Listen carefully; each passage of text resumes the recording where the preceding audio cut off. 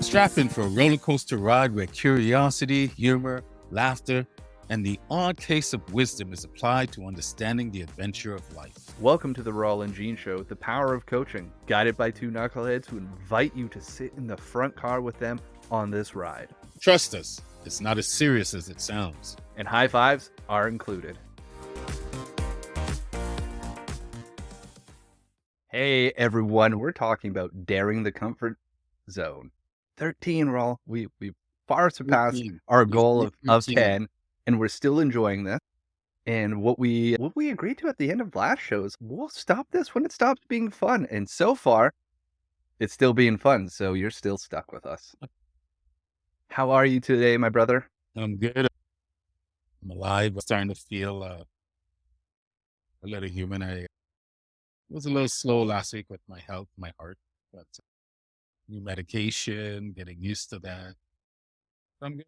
Still on the side of the dirt, man. I love it. I'm glad that if you didn't watch last show, Rawl's sister had to kick him a little bit in the ass to go get him to deal with some of his health challenges. And I'm very grateful for her for doing that. And I'm glad to hear that you're on the mend, brother. You guys are more afraid than I am. No, even my son in Kelowna is. Hey, Pops, I know how you are. Listen to Auntie and go see the damn doctor. But no, all kidding aside, I still have some things I want to do. So gotta make sure you have a semblance of health for you to do those things. It's funny, and when you're going through stuff like that, I don't know, man. Like we're talking earlier, there's just a peace that I feel that whatever shows up, I just go with it.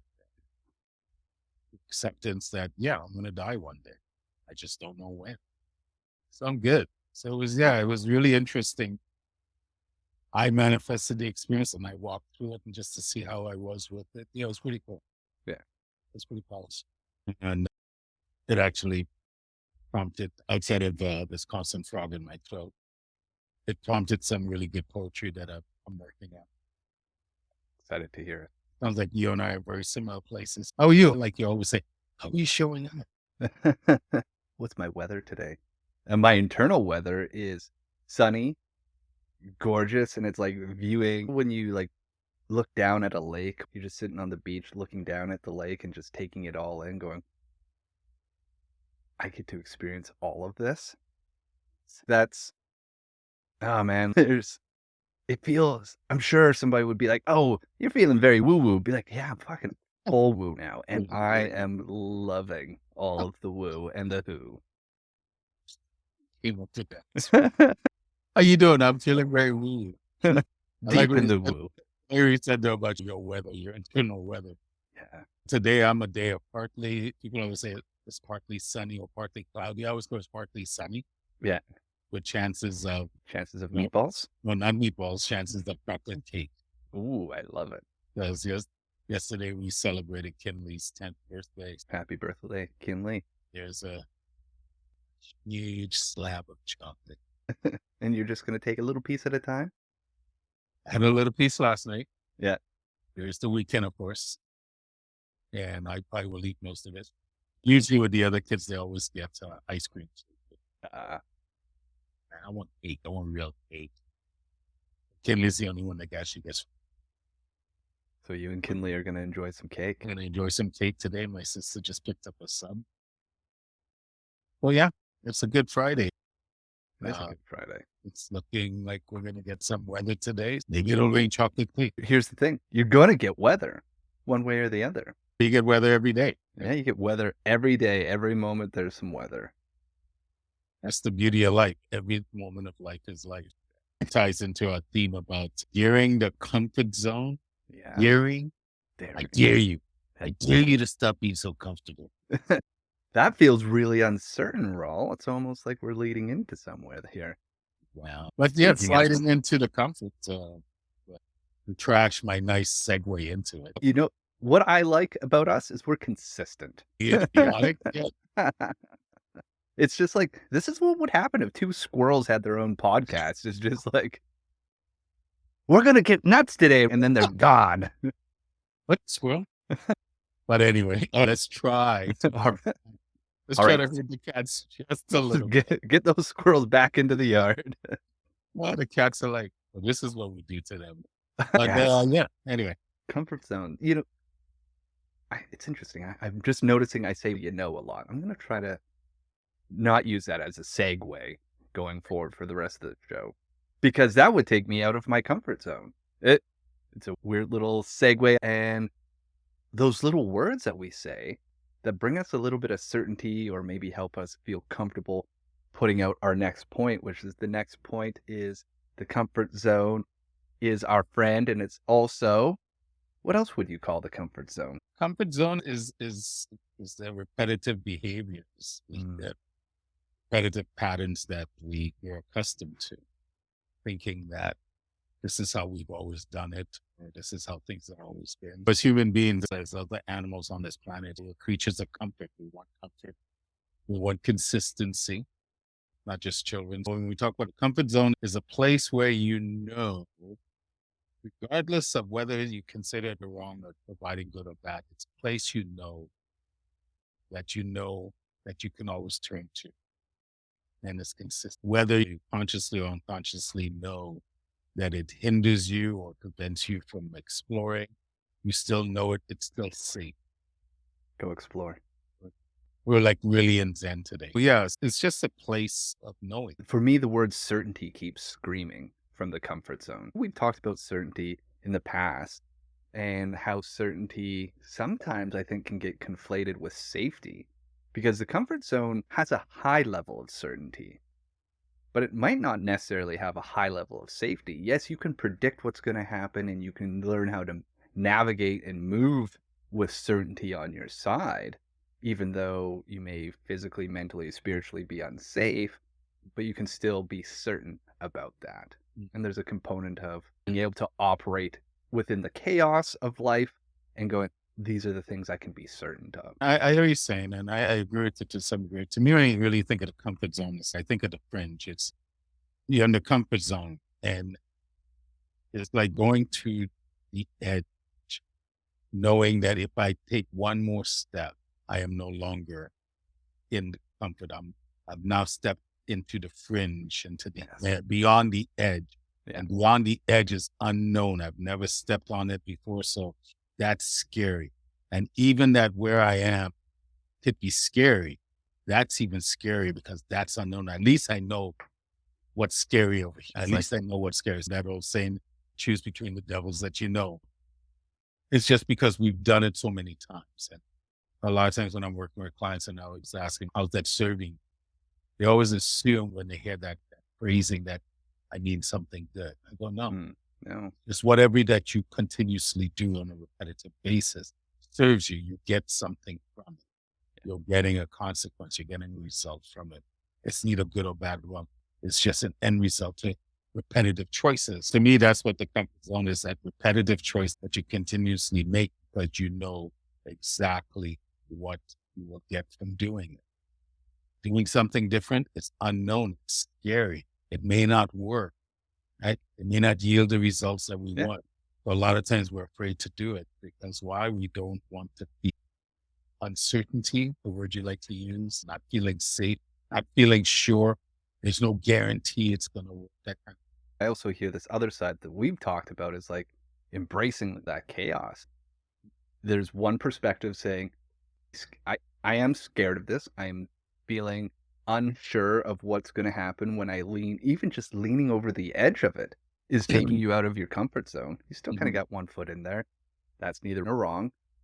But there's also the other side of going, no, it's going to happen today.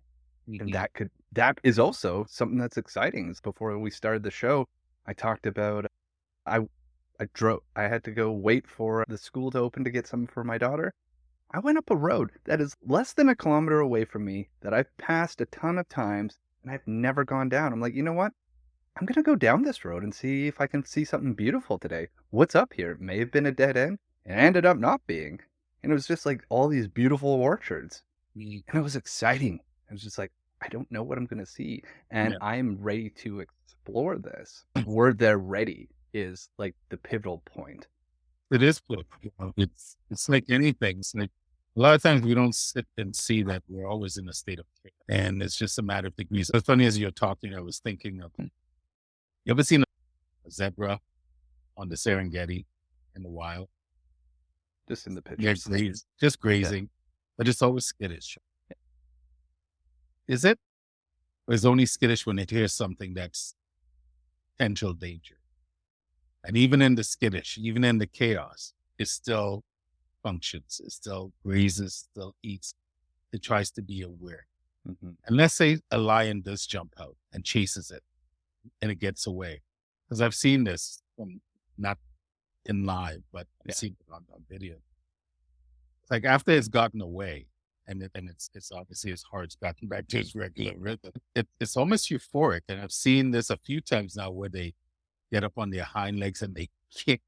Like it was almost like in celebration. You didn't get me. And it's the same with us. It's every time we step out of our comfort zone, more times than not, we're not devoured.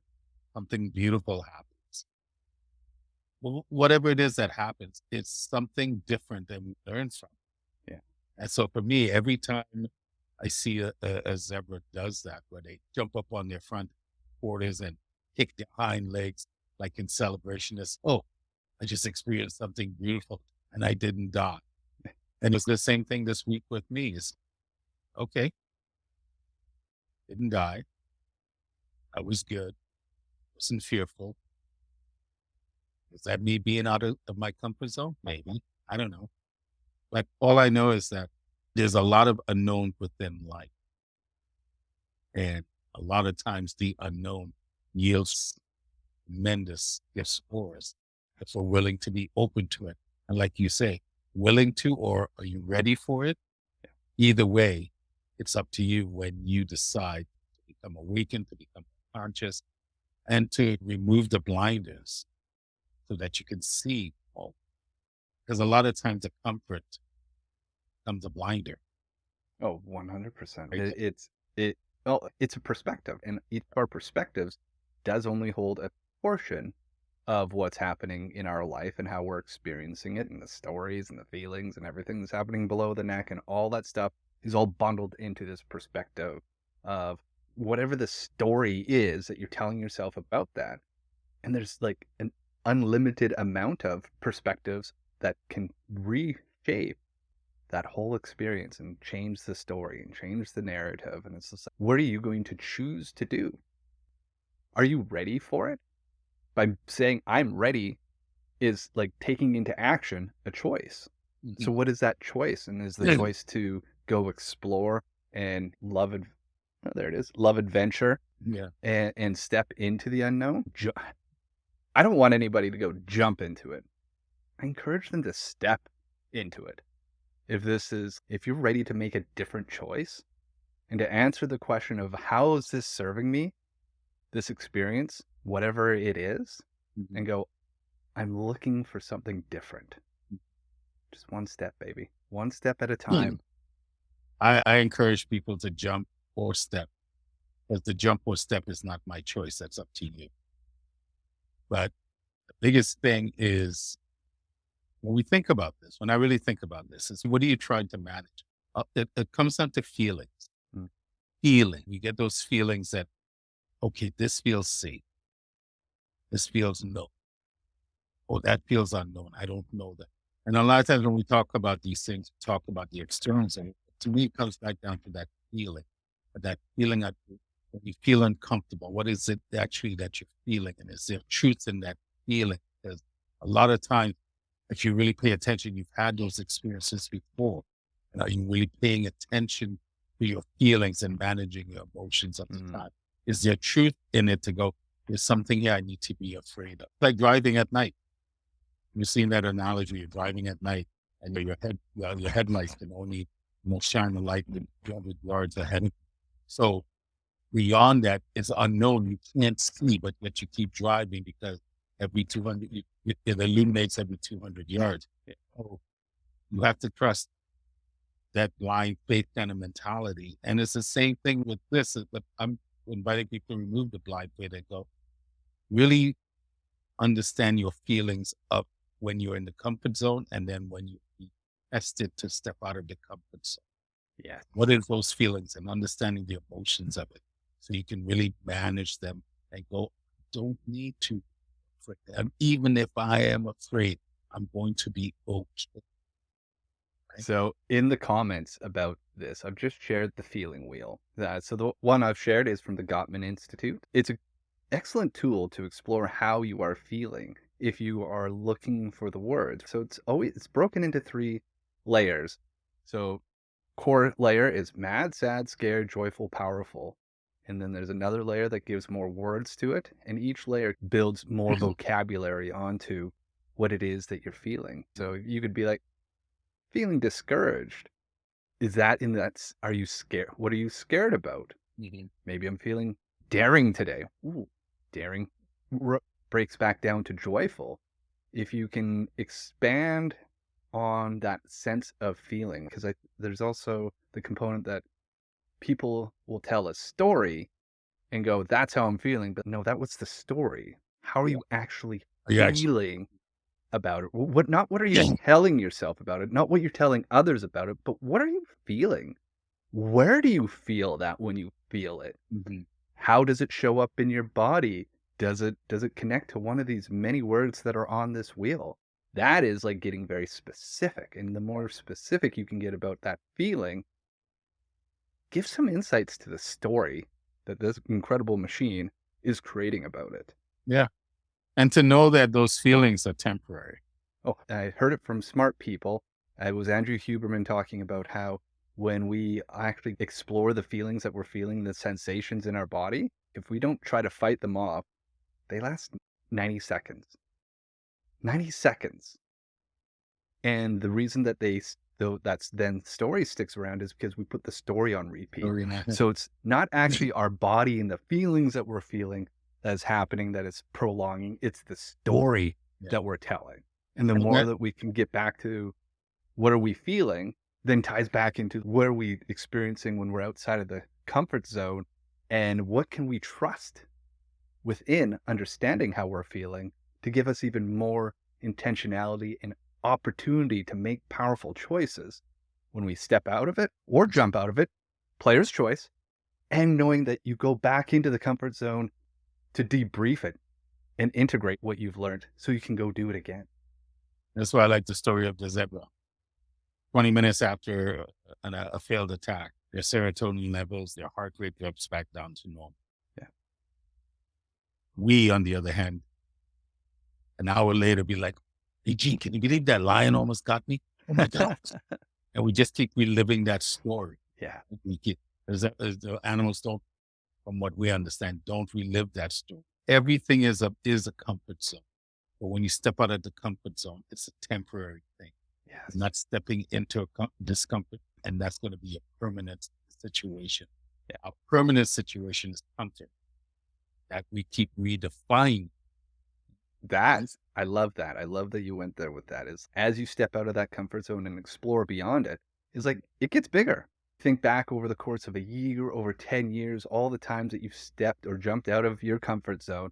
And all of a sudden you look back going, that's like really easy. It's really certain. Mhm. Because like you expanded the area that you're comfortable with, that you can be certain with, that you are very well known to what's happening within it. And I then trust myself in those experiences more. Because you have the experience now. As to me, it's like building. Your comfort zone is something that you're constantly building, adding to, and add to it based on experiences of being in the comfort zone, but also when you have to step up. Yeah. Sometimes it's by choice, sometimes life forces you, but either way, you don't spend all your time in either one. You spend your time mostly in comforts, like the fish spends the time mostly in water. We spend most of our time in the comfort zone. Hmm. It's just that when we step out, stepping out to embrace, to learn, to enhance, to add, because now what we're doing is just adding to the comfort zone. So the next time that happens, oh, I got experience on this. I've done this before. I know those feelings. I understand those feelings. Understand the emotions that are attached to those feelings. Do I have to give in to them? No, I don't have to. And if I do give in to them, why did I choose to give it? So the constant state is comfort, but the growth factor, pain, the suffering is the discomfort. And this is why true transformative change only comes from a state of discomfort. It's like the saying, the phoenix rose out of the ashes. The ashes are just that discomfort, whatever But hurt. How did the ashes get there? The phoenix had to Yeah, light itself on fire. exactly. And so it all serves a purpose. It's not just some things. It's like working with people that feel that they're lost. I go, if you're lost, that means you're looking to be found. So there must be a value to lost. Mm, Otherwise, beautiful. can't be found if you're not lost. So Mm, there's a value to being lost. There's a value to discomfort. It's just hard at times because the discomfort does bring sometimes a lot of pains. But yet, almost like enrolled in a philosophy degree, I just constantly listening to philosophy lectures yeah. and we talk about that. Pain and suffering is something that we can avoid. And I don't see how you can avoid pain. It's interwoven into the country. It's interwoven into life. Otherwise, how would you know? How would you? The old saying is, pain is not optional, suffering is optional.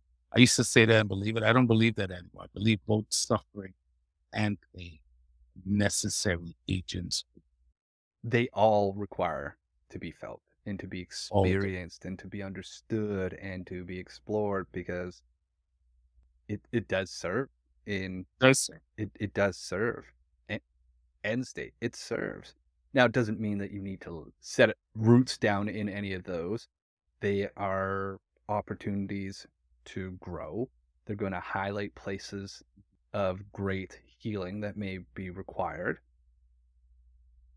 And like your example of like being to be found must mean that being lost does have a service. And same way through all of these perspectives of those feelings and those experiences, however you're going to label them, is what is this leading to? If you can answer that, know that then that has a service and it has a purpose if Mhm. that's leading there. And are you taking the actions to go step out of that comfort zone to get to where you want to be found, Mhm. get to whatever that goal is? Because if it was inside of your comfort zone, you would stroll on up to it. There Well, wouldn't be an adventure to get to it. whether you like it or understand it, that's not a requirement to pain and suffering. You're not always going to understand the things that happen. So understanding and liking, not those sometimes are almost a deflect. Yeah. Uh, I don't like it. There's nowhere it's written that says you have to like it. You're going to go through it. But to me, pain and suffering are almost two different things in the sense that pain happens when the experience happens. And depending on the pain can last a second, a minute, an hour, a day, a week, depending on the experience. Stub your toe. Depending on how badly you stub your toe. Could last a few seconds, a minute, can last the whole day, but depending on how badly you stub your Yeah. toe. The suffering occurs when we don't understand why it happened. And then we go through the whole damn day like you're stubbing your toes, like in Groundhog's Day. Yeah. Just keep repeating stubbing your toe. That's not pain, that's suffering because that's now you, what you said earlier, taking that experience and now adding it to your story and constantly playing it. That's why you don't know why it happened. Or I don't like it happened. So you create the story that creates this. So pain to me happens at the experience. Suffering comes afterwards. The story that we create based on it. We don't understand it or we don't like it. I don't like stubbing my toe either, but No. it happens. Why did it happen? I don't know. Maybe I should pay attention. I don't know. Yeah. All I know is I'm not gonna let that carry throughout my day and ruin my day because that's not on anyone else. That's on right. And that goes for every experience, whether you like it or not. And some experiences are harsher than others. Some experiences you'll never really understand why. I still don't to this day don't know why I was sexually abused as a kid by the guy that did it. All I know is life has taught that is probably what happened. Yeah, because of that, I'm good. Where when I was younger, wasn't good. So I still don't know. I have enough experience now to know that is more than likely. Yeah. And whether it did or not doesn't matter. It happened. Now, what do I want to do with it? Do I want to have that as an anchor around my neck? Do I want to be free of that experience, free of the suffering? knowing that the experience is still of value. What's the value of the experience? I don't want to do that to not just the sexual use part. I don't want to the best of my ability, hurt anyone to the best of my ability. I don't want anyone feeling from my hands. So I don't, a lot of times we can learn from other people's experiences just by observing this. Probably the best way that we still learn as human beings, vicarious learning. To see what we do. It all serves, it's just, I think you even said it earlier, it's all a matter of perspective and how you choose to look at it. You know, I look at my past now as, like I said, my vault of wisdom, where all my experiences are positive and I can withdraw the insight, the wisdom from them because I don't look at my past, shame or guilt. I don't have regrets. I can't undo any. To me, at times, that all those things play into the comfort zone, positive and negative, because at least it's something my anger is something I know. And you want to justify, I'm allowed to get angry. Why are you so angry? What's really appropriate to the response that you're putting out with this anger? And it's just a matter of stopping and spending time with yourself and going, okay, is this how I really want to be?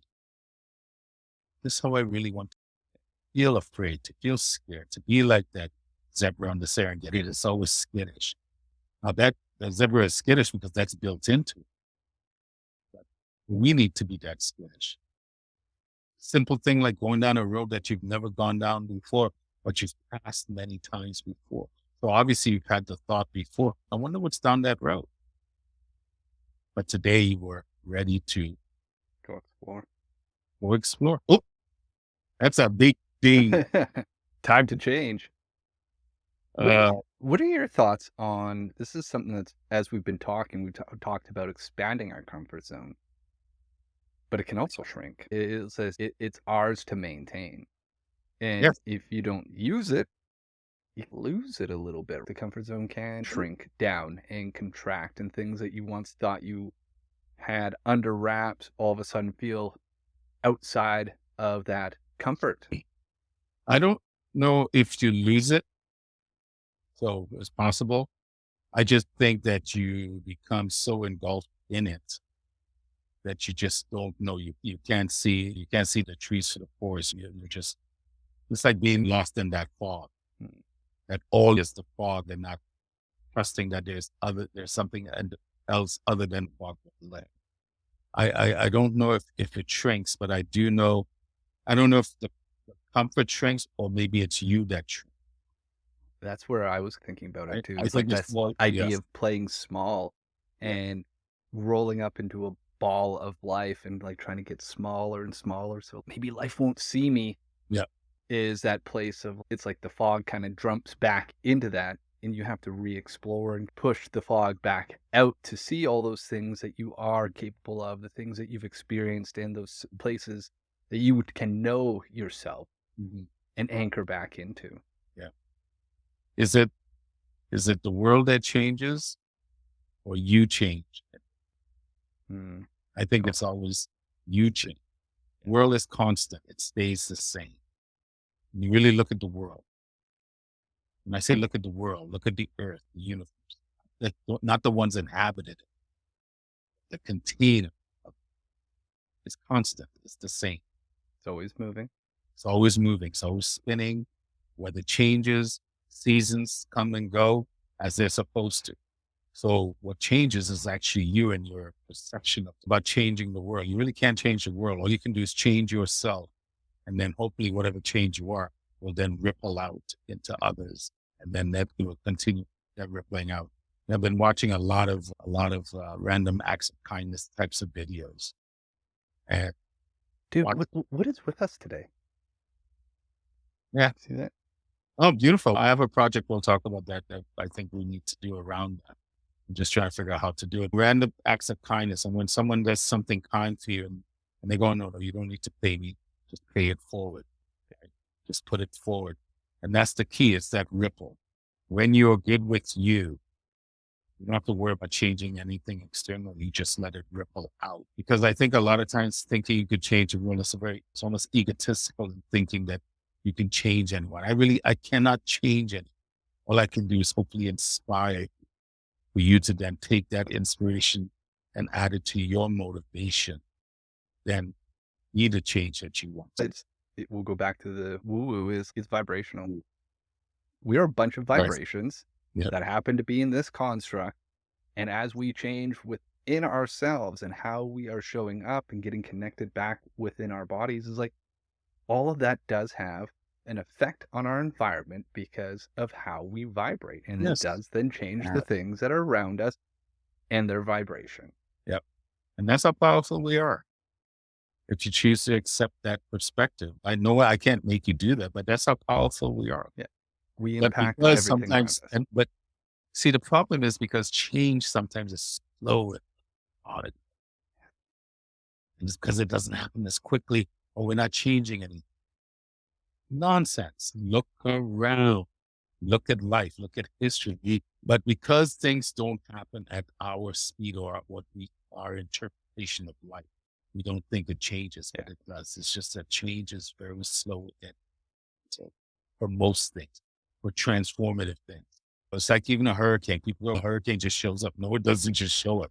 Oh, It's it a builds up slow steam. build up from a little depression over the ocean that grows with what energy, the warmth Yeah. from the sea and cold air, and everything blends up properly. And next thing you got this little depression that just grows into a tropical storm. And next thing it doesn't just, No.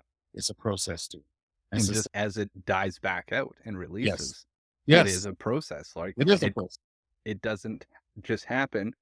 It takes time and it goes through the steps of the hurricane becoming a small windstorm to all of a sudden a tropical storm to a hurricane to devastation if it hits land and then back out and released. All a process of energy. I just wrote that down. Yeah. Do something with that. But that's all it is. We are that. We are a process of energy. If that's perspective that we hold as true, then so is our comfort zone. It's a Yes, process of energy. it's a process of energy. And how are you going to choose to invest in that process of energy today? How do you want it to serve you? Contrast it against how it's serving you now and going, what can I change? Knowing I just have to tweak a little bit and be okay that I'm not going to get instant gratification and that it is going to develop into this process that all of a sudden gets me to where I'm pointing. Yeah. Where are you pointing? And that's a very good point the way you laid it out, because when you step into the discomfort, or when you are at the precipice of the discomfort, it doesn't mean there's something wrong. Say that again.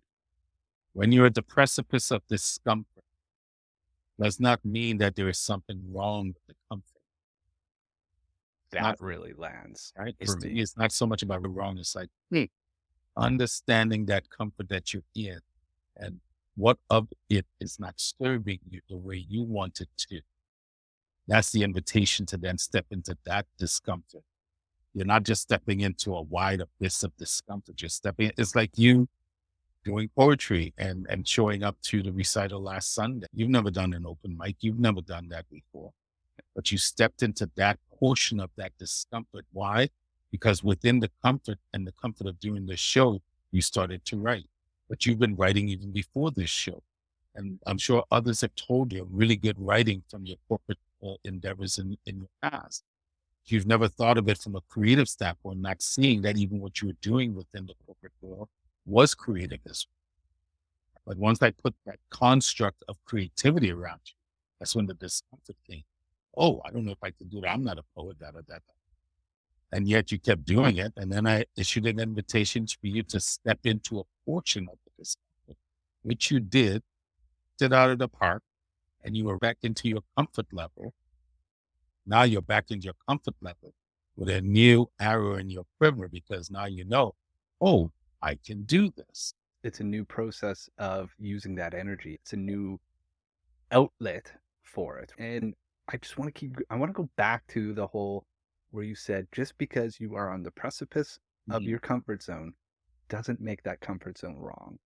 No, And I think that is I've always had a resistance to a lot of the speaking heads around like change and improvement and all. they're doing awesome work. This isn't a slag against them.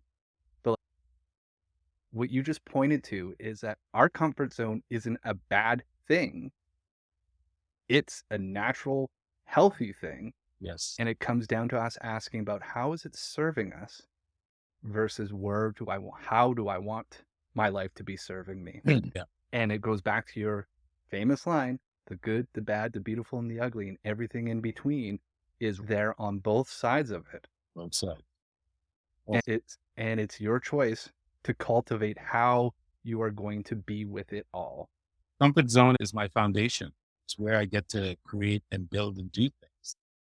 And I want to stand on a foundation that is solid, that allows me to truly embrace my true power and grace, but to also embrace the scary and darkness that lives within. And I just wrote it down because I don't think I've ever said that before. I don't know if I've ever thought of it before. That's one of the beauties of doing this show and doing it live is that we're not scripting anything. We're not scripting our thoughts and things. We just let it flow. I just wrote down being at the precipice of the discomfort does not mean the comfort zone is back because I don't know if I've ever even formulated it that way. I want to go and explore that. And it's funny, I'm working on a new piece that might try and I trust universal time. Yeah. But I trust comfort that I've created. Mm. As part of the comfort that I have created is to embrace the discomfort, whether I create it or life creates it. Either It's way, accepting that the discomfort exists it and going, I exists. will face you and I trust myself to face you. It's like dark matter exists. Do we know what it is?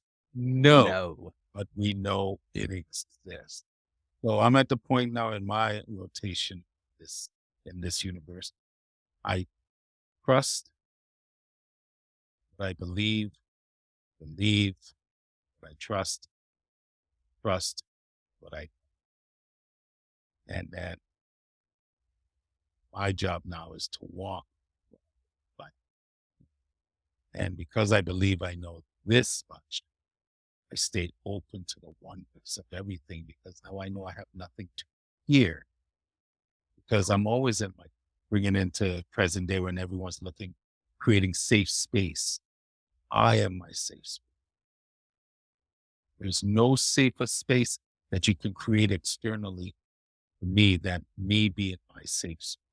Why? Because I trust that I have the abilities and skills and tools to deal with whatever life shows, whatever life brings forth. Doesn't mean I'm always going to do it what we call right. But I do know and believe I have the tools And the to that's opportunity to that's experience the it and ultimate. practice it and step into it and Yeah, acknowledge all the times where you're like, nailed it, didn't nail it. yeah, Nailed it, didn't nail that's it. That's it. that's Comfort is not good or bad. It is a foundation. It's a place you can grow from and expand yeah, and take and bring what you need into the energy, the process of energy, process of creation. And yeah. contrasting the how is this serving me today? How do I want it to be serving me? I think that kind of sums up this conversation. I think so.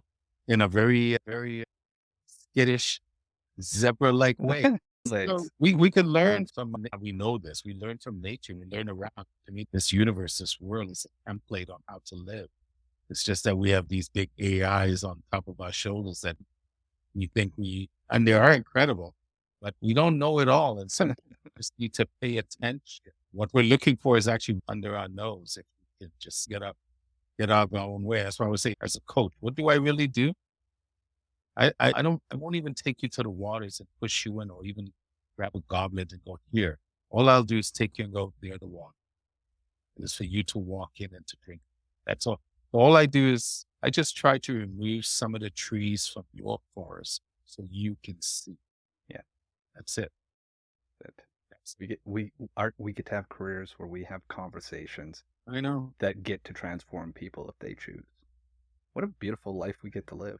What we do is not foreign. To me, I think it was valued more in the older days where you had the sages and the people of wisdom in many Aboriginal tribes around the world. They valued the elders, that council of elders that because of life and their age have gained the wisdom that the trust and they would go to them for guidance. That's why I take what I do seriously. That's why I'm very cognitive of how I attach monies to it, because to me, it's a valued service.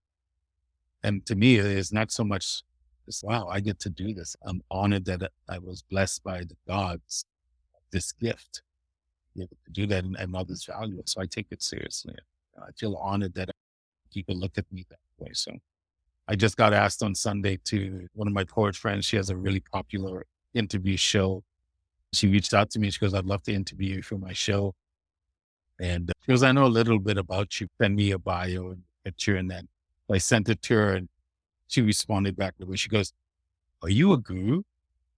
She goes, you look like a guru. I said, I don't know what that word means. Not your guru. I'm not a word. It's not a word that I use for myself. Yeah. I said, that's for others to determine whatever that means. Yeah.